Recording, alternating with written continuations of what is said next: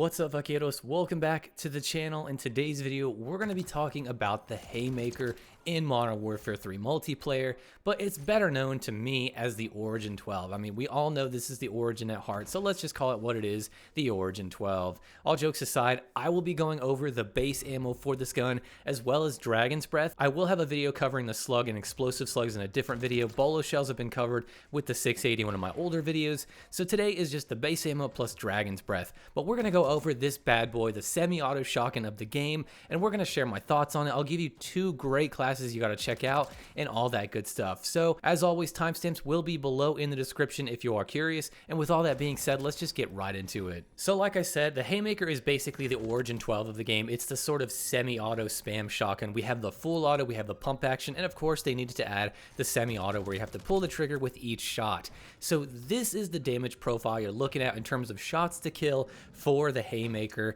And as you can see, it does have potential to one-shot kill. This is something that I had in Modern Warfare 2019 as well. Something that I really think helped the gun a lot is having that ability to one-shot kill. It makes stringing kills together and getting kill chains and kill feeds a lot easier than if it was always just a two-shot. Then past that, it's basically going to be a two-shot out to about the 9.4 meter mark. Now keep in mind the pellet damage between those first and second drop-offs is different. It's going to be a little bit less consistent at the further range. And then in the last range out to 21.6 meters, it's going to be about a three-shot kill. That's kind of extraordinary, to be honest, but again, keep in mind, like I mentioned with my Riveter video, this is the best case scenario you were looking at for each of these ranges, meaning I was shooting at a target who was not moving, perfectly placed shots at like chest level. That's what you can expect in a more perfect world, but to be honest, in most cases, it's probably going to take an additional shot or two outside of these, first drop-off ranges and such like that, because people are moving, they're jumping around, you have pellet spread, it's not going to be like a slug or anything like that,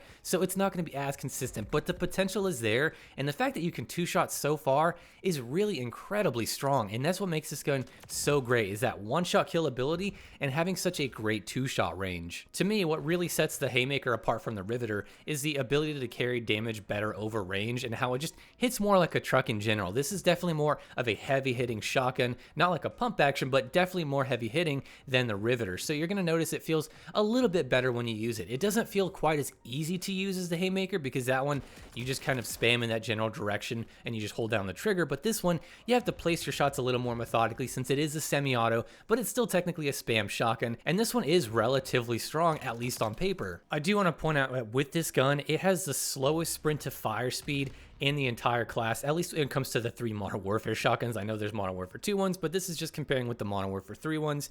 It's actually got a very slow sprint to fire speed at about 262 milliseconds compared to the Riveter, which is at about 210, and then the Lockwood 680, which is at 184, which is kind of crazy that a pump action has that crazy fast of a sprint to fire speed. But yeah, with this one, you're getting pretty much the slowest in the sprint to fire speed department. And I noticed with a lot of attachments, unless you're really focused on that mobility, you're not getting a very good aim down sight speed or sprint to fire speed. To me, that was kind of one of the more annoying things about the gun, especially with slugs, where a lot of builds just aren't very quick. They don't feel very fast and snappy. They're always kind of slow, especially since you have to consider recoil as an issue, so you can't just put on the no stock mod and all that stuff and just be good to go. No, you have to consider recoil. So with this thing, just keep in mind, sprint to fire speed, aim down sight speed, gonna feel a little bit slower than normal. Now what I want to do is talk about Dragon's Breath, because of course this gun does have access to 12 gauge Dragon's Breath, and this is kind of the damage profile you can expect. So out to about the 7 meter mark, you will basically be getting two-shot kills, and keep in mind this is with sort of the initial pellet damage. You can at times, like up close, get a one-shot burn if you had a headshot,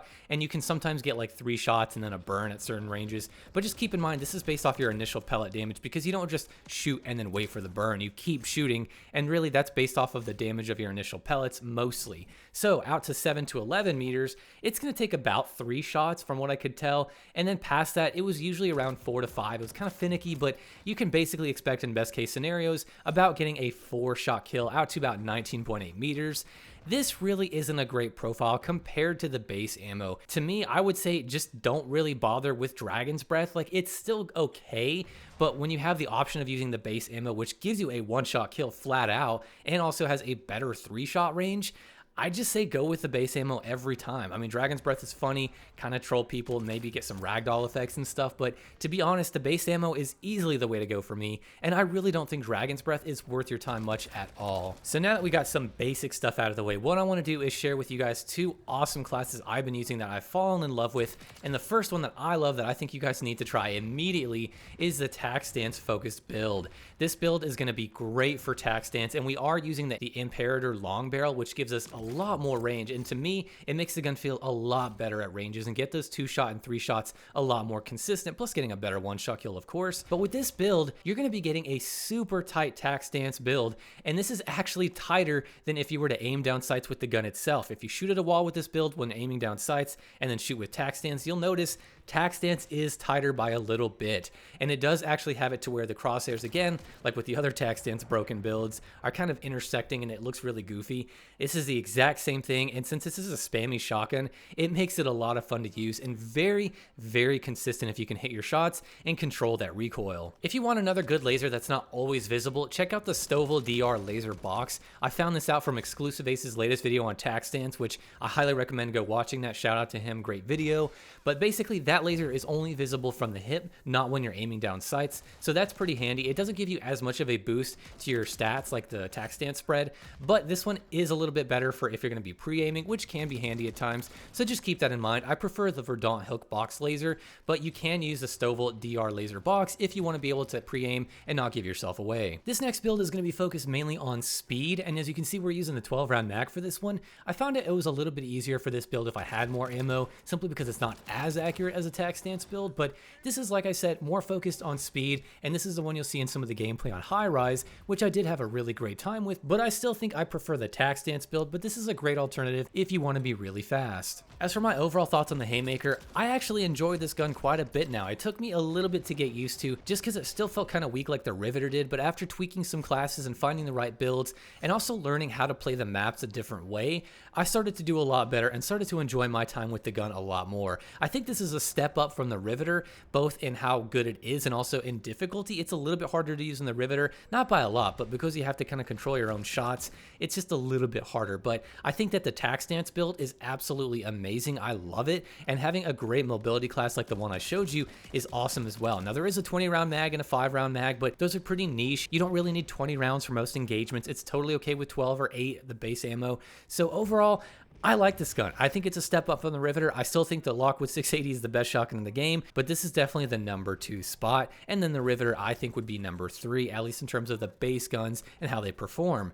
Now, I want to know down below in the comments, what do you guys think about the Haymaker? Do you think it does the Origin 12 a justice? Do you think it's not really that good and I'm full of crap? Do you have a different build that you like to run that I didn't even cover? Now, with all that being said, guys, I will see you in the next video.